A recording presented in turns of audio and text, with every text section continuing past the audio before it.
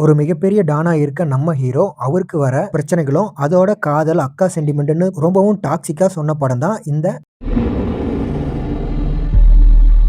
தென் சும்மா சொல்லக்கூடாது. Haven production house இந்த படத்துக்கு எவ்வளோ பட்ஜெட் போட்டிருக்காங்களோ, அத விடவும் டபுள் மடங்கு டெக்னிக்கல் டிபார்ட்மெண்ட்ல வேல பார்த்திருக்காங்க சூப்பரா. ஸோ அதனால தான் இந்த படத்துக்கு இவ்ளோ எக்ஸ்பெக்டேஷன் வந்திருக்குன்னு நான் சொல்லுவேன். தென் இந்த படத்துல இருக்க பாசிட்டிவ்னு பார்த்தா, நம்ம நயன்தாரா அவங்களும், யஷ் அவரும் தான். சொல்லப்போனா இந்த படத்துல இவங்களுடைய கேரக்டர் அவ்வளோ பெருசா எழுதப்படல. பட் ஓரளவுக்கு எழுதப்பட்டிருக்குன்னா, இவங்களுடைய கேரக்டர் தான். ஸோ இவங்கள தவிர்த்து இந்த படத்துல இருக்க பாசிட்டிவ்னு பார்த்தா, எனக்கு தெரிஞ்சு ஒண்ணுமே இல்ல. ஸோ கேஜிஎஃப் மாதிரி ஏதாவது ஒண்ணு இருக்குன்னு எதிர்பார்த்து போனீங்கன்னா, கண்டிப்பா எதுவும் இருக்காது. அதாவது ஹீரோயின் கூட ஏதாவது பண்ணிட்டு, அது கூடயே வர வில்லன்கள் கூட சண்டை போடுறத விட்டுட்டா, இந்த படத்துல எதுவுமே இல்ல.